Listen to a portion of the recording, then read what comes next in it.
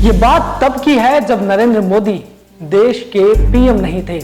तारीख 20 फरवरी 2014। गुजरात के अहमदाबाद में पीएम पद के उम्मीदवार नरेंद्र मोदी की रैली थी। मंच सजा था, लोगों का हुजूम उमड़ा था। मोदी ने हाथ उठाकर जनता का अभिवादन किया और गीतकार प्रसून जोशी की लिखी एक कविता पढ़कर सुनाई। इस कविता के बोल थे, सौगंध मुझे इस मिट्टी की, मैं देश नहीं बिकने दूंगा। सौगंध मुझे इस मिट्टी की, मैं देश नहीं मिटने दूंगा।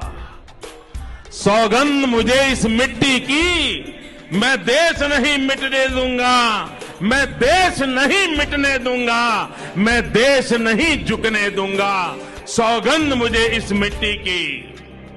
मेरी धरती मुझसे पूछ रही, मेरी धरती मुझसे पूछ रही, कब मेरा कर्ज चुकाओगे। मेरा अंबर मुझसे पूछ रहा, कब अपना फर्ज निभाओगे। मेरा वचन है भारत मां को, मेरा वचन है भारत मां को, तेरा शीश नहीं झुकने दूंगा। सौगंध मुझे इस मिट्टी की, मैं देश नहीं मिटने दूंगा। मैं देश नहीं मिटने दूंगा, मैं देश नहीं झुकने दूंगा। लेकिन जो मोदी सरकार कहा करती थी कि मैं देश नहीं बिकने दूंगा, उसी मोदी सरकार के कार्यकाल में सबसे ज्यादा सरकारी कंपनियों की हिस्सेदारी बेच दी गई। मोदी ने जब पहली बार मैं देश नहीं बिकने दूंगा वाली कविता पढ़ी थी, उस साल से यानी साल 2014 से साल 2021 तक सरकार ने 121 सरकारी कंपनियों की हिस्सेदारियां बेच दी है। इस कड़ी में अब मोदी सरकार देश की दूसरी सबसे बड़ी fuel retailer company Bharat petroleum यानी बीपीसीएल में 53.3% हिस्सेदारी बेचने की तैयारी कर रही है, जिसके बिकने पर सरकार को 40,000 करोड़ रुपए मिलने का अनुमान है। मोदी सरकार के कार्यकाल में सरकारी कंपनियों की हिस्सेदारी बेचकर जितनी रकम जुटाई गई, उतनी रकम 23 सालों में भी नहीं जुटाई जा सकी। सरकार द्वारा सरकारी कंपनियों की हिस्सेदारी को बेचने के प्रोसेस को डिसइन्वेस्टमेंट यानी विनिवेश कहा जाता है। जिस तरह से इन्वेस्टमेंट का मतलब निवेश करना या पैसे लगाना होता है, उसी तरह डिसइन्वेस्टमेंट का मतलब ठीक इसका उल्टा होता है, यानी पैसे निकाल लेना। लेकिन सवाल उठता है कि आखिर सरकार डिसइन्वेस्टमेंट करती क्यों है? तो इसके पीछे कई वजहें होती है। जैसे पहली वजह, भारत का राजकोषीय घाटा। भारत का राजकोषीय घाटा लाखों करोड़ रुपए का है, मतलब कमाई कम और खर्चा बहुत ज्यादा।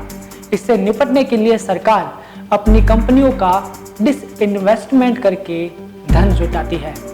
दूसरी वजह, सरकारी कंपनियों का लगातार घाटे में चलना। ऐसी कई सरकारी कंपनियां हैं जिन पर करोड़ों रुपए खर्च करने के बाद भी कोई मुनाफा नहीं होता। ऐसी कंपनियों से सरकार अपनी हिस्सेदारी या शेयर बेच देती है ताकि सरकार का पैसा ना लगे। तीसरी वजह, देश चलाने के लिए धन की कमी। देश चलाने के लिए सरकार को पैसों की जरूरत होती है। ये पैसे सरकार जनता से टैक्स के तौर पर लेती है, लेकिन उस रकम से भी सरकार का काम नहीं चल पाता।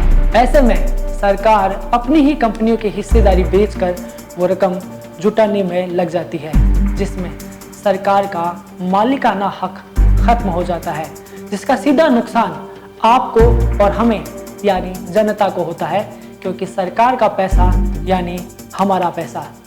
डिसइन्वेस्टमेंट से जुड़ा एक और सवाल बेहद बार पूछा जाता है कि क्या डिसइन्वेस्टमेंट से हर तरफ प्राइवेटाइजेशन यानी निजीकरण हो जाएगा? तो इसका जवाब जानने के लिए हमें डिसइन्वेस्टमेंट और प्राइवेटाइजेशन की परिभाषा को समझना बेजा जरूरी है। दरअसल ये दोनों ही अलग अलग चीजें हैं। प्राइवेटाइजेशन में सरकार 51% से ज्यादा हिस्सेदारी किसी निजी कंपनी को बेच सकती है।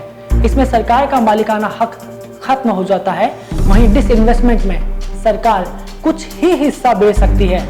इसमें सरकार का कंपनी पर मालिकाना हक बरकरार रहता है। डिसइन्वेस्टमेंट को लेकर एक और सवाल पूछा जाता है कि क्या डिसइन्वेस्टमेंट से नौकरियां खत्म हो जाएगी? तो इसका सीधा सा जवाब है कि अगर डिसइन्वेस्टमेंट में किसी सरकारी कंपनी का कुछ हिस्सा किसी प्राइवेट कंपनी को बेचा जाता है तो इससे कंपनी की मिल्कियत और इसका मैनेजमेंट सरकार के पास ही होता है। ऐसे में स्टाफ को नौकरियों से निकालने का और वर्कफोर्स को कम करने का सवाल ही नहीं उठता। लेकिन अगर सरकार अपनी कंपनी को निजीकरण के अंतर्गत 51% से अधिक हिस्सा बेच देती है तो सरकार की मिल्कियत और मैनेजमेंट दोनों खत्म हो जाते हैं। ऐसे में प्राइवेट कंपनियां अपनी जरूरत के हिसाब से नौकरियों को घटा और बढ़ा सकती है। लेकिन निजीकरण और विनिवेश अभी ऐसे माहौल में हो रहा है जब देश कोरोना और बेरोजगारी के बड़े संकट से जूझ रहा है। CMIE यानी centre for monitoring Indian economy की एक रिपोर्ट के मुताबिक साल 2020 में भारत में बेरोजगारी की दर बेहद तेजी से बढ़ी है। कोरोना वायरस ने भी बेरोजगारी बढ़ाने में अहम रोल प्ले किया है।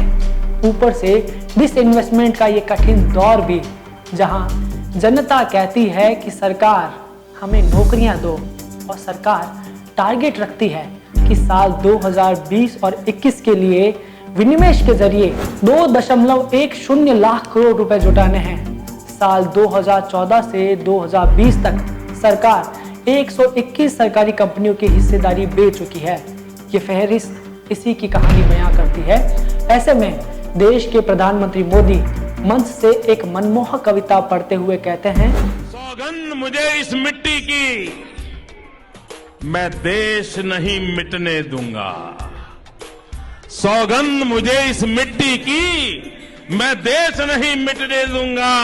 मैं देश नहीं मिटने दूंगा, मैं देश नहीं झुकने दूंगा।